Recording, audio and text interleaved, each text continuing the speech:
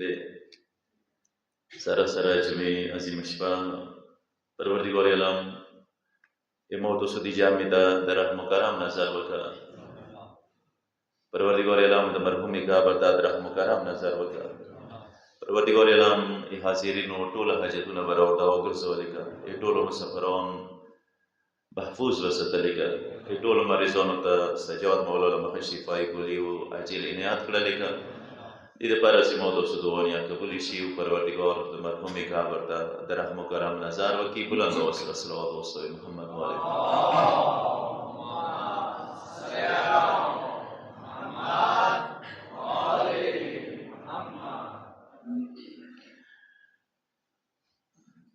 معصوم کول تاسو محضر کې تلاوت کړو څه عنوان دی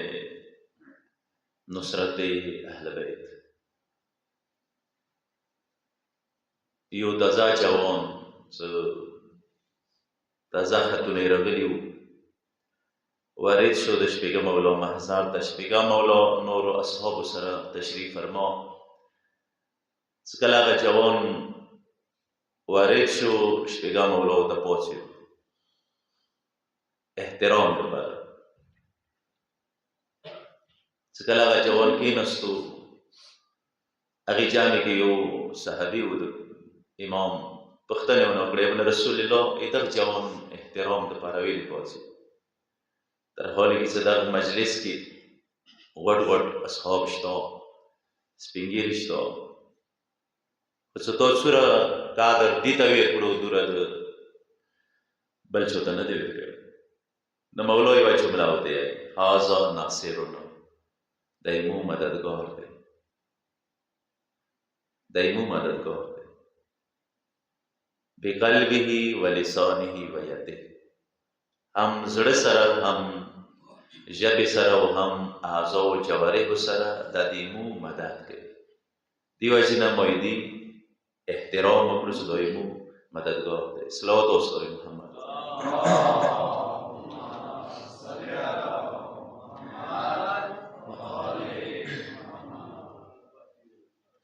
نصرت موتونه غوښتې شوی دی. یاری سپسې کې وته یاری نصرت مدد هیچا مدد غوښتې شوی هم پروردګار خپل مدد غوښتې دی موتونه. اوس دوی تعجب خبره دی پروردګار موتونه مدد غوښتي. همداسې کربلا کې مولا عبد الحسین مدد غوښتې دی. دوهم سي تعجب خبره دی چې امام حسین غوندې کې عظیم امام موتونه مدد غوښتي. همداسې غدیر موقع باندې چې کله پیغمبر د مولا امیر المؤمنین لاس اوچت کړو هلته یې بیا اختتامیه کومې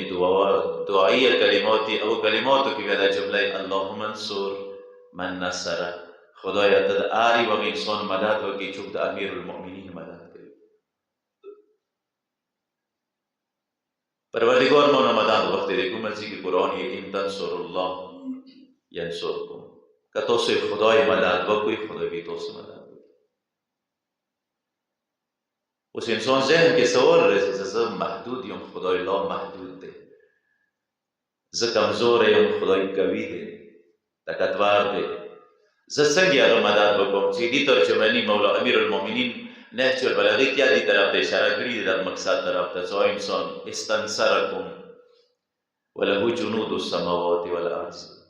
هغه پروردګار تاسو نه مدد غوښتې دی چې ځمکې اسمانونو کوم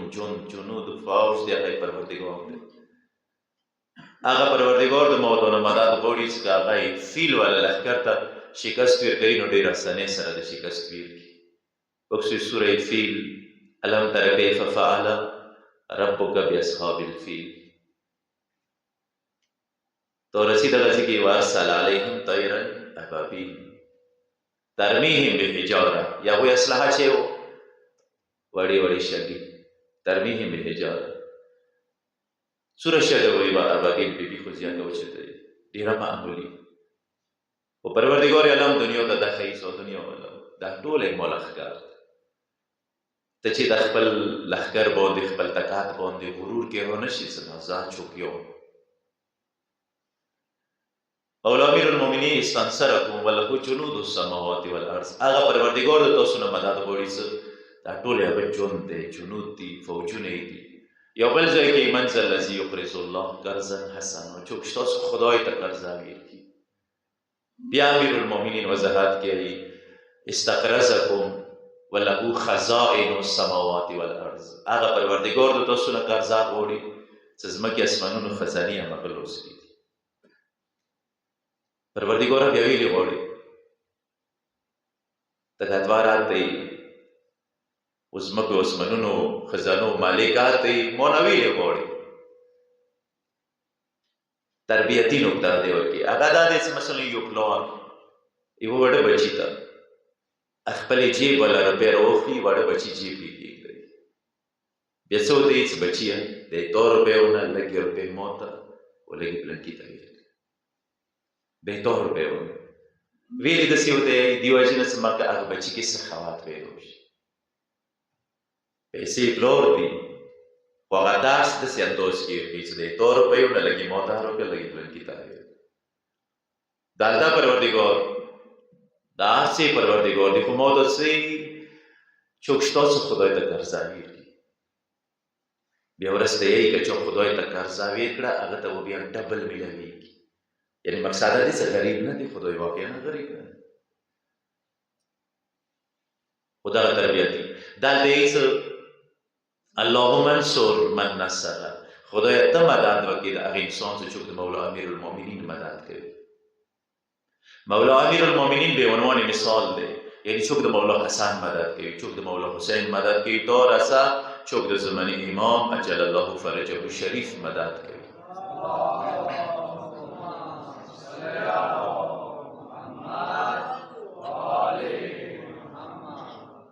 پس انداز روش نیمو پوی شو چې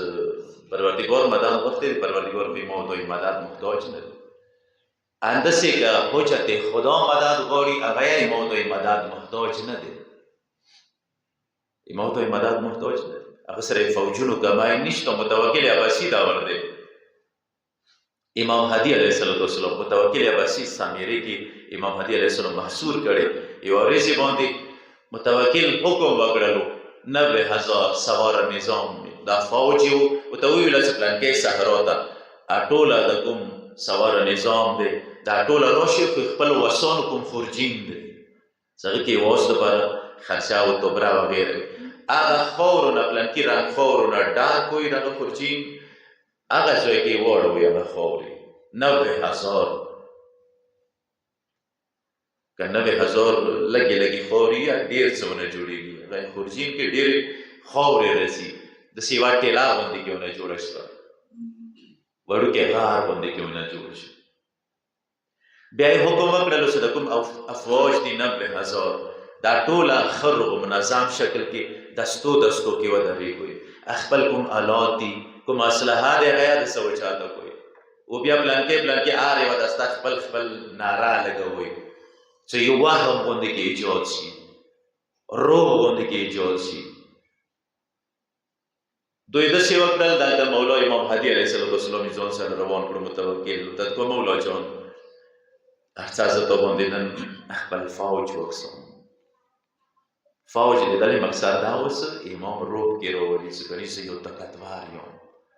امام مقابله کې راتللې کوشش ما کوه روی وشتو مولای هغې وټکۍ باندې ودرولو. کوم فوج و چار چپېر 90,000 ډېر فوج کېږي ډېر تعداد یې 90,000 هغه څه چې خاص انداز کې مسلح بیا خاص نارې دا ټوله علاقه یې هیبات کې راوستي وه. خو چې کله امام هدي علیه السلام ځان سره ورو ورو ته وایي امام چهرې باندې تبسم مسکراهټ، یعنی مقصد دا دی چې دغه ترجماني دی کوي دا مسکراهټ چې دا خو څه فوج نه دی، دا خو څه فوج نه دی. چې کله یې فوج ولیدو دادگاه مولا امام فوج دو ولیدو دادگاه متوکل انده فوج دو تعجب کشی یعنی دین از زیاد نن سبا دور که چه سر فوج دو ستیز انده فوج دو ایواجه ملادو دی متوکل امام فوج لیدن خوری امام فوج لیدن خوری کسا نکتا مدنی سیده سی خدای و انده سی حجت خدا دی امام دای مدد محتاج دی. حیران شد دی جای که تا فوجی داده تیای منرغی کی ایمو بند کی تا تفاوت چې ده تعجب کې ودته کو ها ویلې نه غواړم کو خو لږ سترګې پټې کړې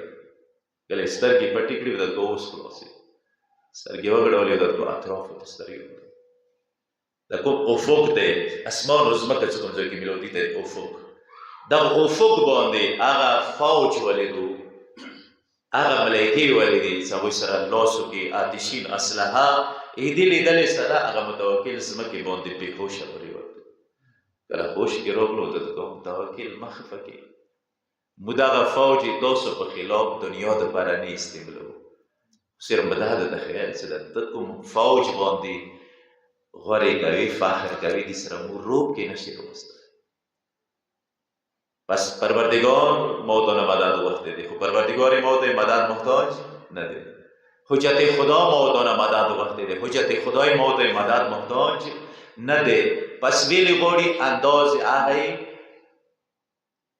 شفقت والا انداز ده ناز والا انداز ده لکه سنگی پروردگاری چوکشتا موتا کرزن رو کی دلده چوکشتا چه حسین مدد وکی کیدای شي چې چوکې حسین مدد یا مقصد دا دی چې چوک شته چې مولا یې چې زه مدد وکړو متلوس رو کې چې زه مدد وکړو وګرنه کربلا کې مولا بابا الحسین پس موتونه مدد وخت دی خو زه څنګه مدد وکړم دې حواله سره مختصر موتونه مدد وخت دی څنګه مدد وکړو شپږم مولا لکه څنګه اهل کاسته یې هشام ابن حکم ته هازا ناصرنا اما غربش موتا ابن ووش موتا ناصر جوړیدای شو د امام پرده هیڅ کوم امام دی ایدی ناصر ځان جوړیدای شو کیا جوړیدای شي څنګه جوړ شم ناصر او مددگار بقلبی خپل زړه سره لکه څنګه هغه دی بقلبی دی مو زړه سره مددگار دی دا زړه کې زه صرف د اهل بیت مینه وجو مو ته ډیره سخت خبره ده یا یو مقدس زی اهل بیت محب یم خو در زړه کې څومره حصه اهل بیتو ته میلو دا زړه چې کله زه تقسیم کوم بیا یې وکسم چې څومره حصه مو اهل بیتو ته ویر کړي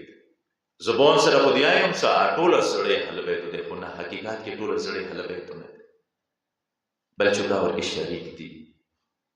اهل بیتو ته ډېره کامه حصه میلو دی خوشه به حال د هغه انسان چې چا ټوله زړه اهل بیتو ته ویر کړو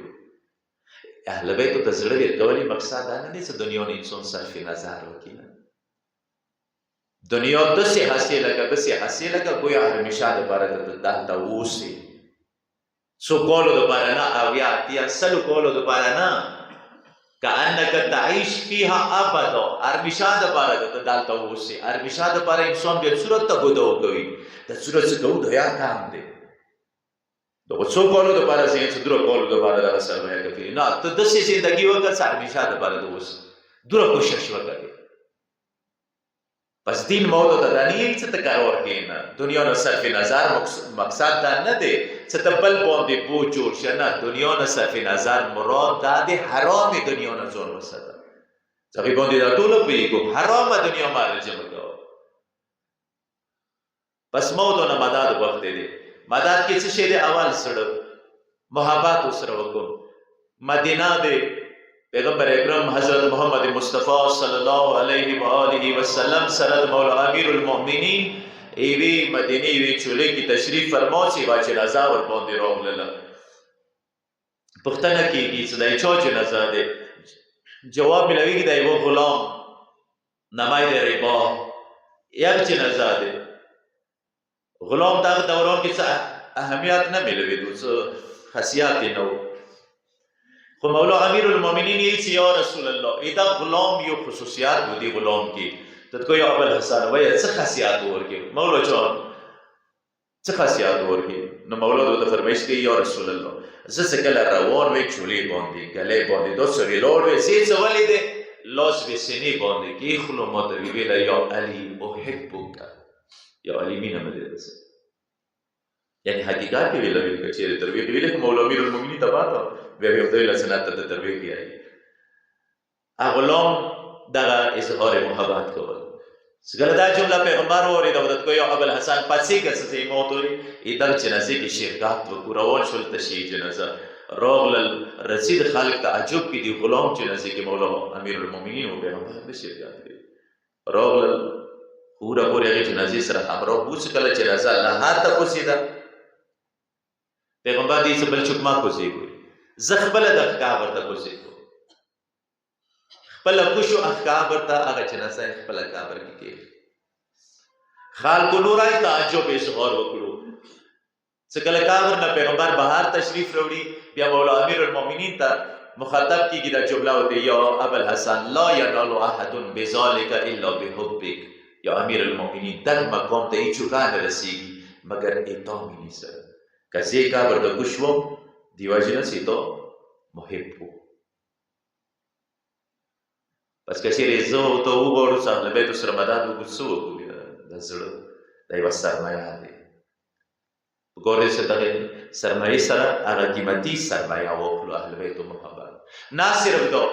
مولا امام رضا علیه السلام روان دی ډېر مزاحمه نه جوړېږم مدینې نه رسید رولی دی ځان سره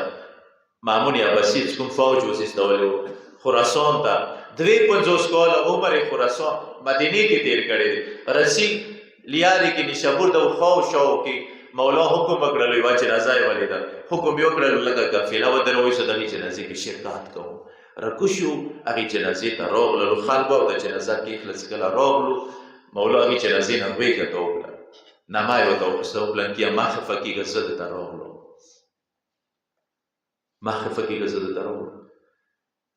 چې عرض وکړو یا ابن رسول الله ته مدینې والا یې 52 کاله عمر دا هلته تېر کړي دا ته د احوال ورېځه ته دا سړی څنګه پېژنې نه ما ته ورته وپوښته ته دا څنګه پېژندې ورته کو څه دی مو محب دی زه خپل محبان خپل شیعه نامې نامې سره پېژندم هذا ناصرنا دی مو مددګار دی بقلبه زړه یې مو تنګ کړی دی بس هغه وخت زړه مو سور اهل بیت ته ویل کړی صوفي سره هذا ناصرنا بقلبه ولسانه ويده ژبه سره شته د ژبه سرمایه دی موضوع د سې استعمال کو څه د اهل بیت میشن دنیا ګوشې ګوشې ته ورسو د سې استعمال لکه څنګه د هشام ابن حکم ژبې حوالې سره هارون رشید یې چې دغه چاون ژبه دوره خطرناکه دی مو دپاره بني عباسو دپاره لکه یو سر تورې دوره خطره هغوی تورونه نشتل کې دغه یوه چاون د یوې ژبې نه دی پسې ما ته ژبې کې دا صلاحیت شته څه ما ته اهل بیت میشن ورسول دنیا ګوشې ګوشې خو چیکې د استمرار دغه یوه سرمایه دی ژبه یوه سرمایه دی چیکې د استمرار چا حمایت کې د استعمال دغه ژبه داسې چا حمایت کې استعمال کوم چې هغه حمایت بیا ما ته مفید وي خدای دپاره چا حمایت څه کوم و اهل بیتو نه بڑکر بل چا حمایت ما دپاره مفید نشي کېدای که دنیا هر چوک وي هغه حمایت صرف دنیا پورې محدود دی دا صرف اهل بیت دي چې دنیا کې آخرت کې هغوی حمایت ثمره ما ته ملویږي هذا ناصرنا بقلبه ولسانه ژبې سره پس ژبې سره زه د اهل بیتو مددګار شم و یده اعضا و جوارحو سره اعضا و جوارحو سره د دغه چوانې مو مدد کوي پس زه ورته خپل اعضا و جوارحو سره اهل بیتو مدد کوی شو خدای د اعضا و جوارح راکړي دي دغه هر یوه عضو په باره کې به موضوع نه پوښتنه کېږي هر یوه عضو په باره کې د یقین وساتئ پس کومې ګناهونه به دغو اعضاو سره کړي دي یقین وساتئ موضوع ټول اعضا ګناهګار دي اندې وجې نه به دعاونه کوي چې خدایه زه تا ته کوم یو عضو سره راشم تا ته دغو سترګو سره راشم تا محضر ته چې دغو سترګو سره ما ګناه کړي دغې ژبې سره راشم تا در ته چې دغې ژبې سره ما ګناه کړي دی ګناهګار ډېر یو خو توبه یې همدا دی چې وشه اوسه پورې کوم دغه اعضا و جوارح خدای مخالفت کې استعمال کړي دي دین وروسته دغه خدای حمایت کې استعمال کړي دین وروسته اهل بیتو میشن پرچار کې استعمال کړي دا حمایت دی و دغه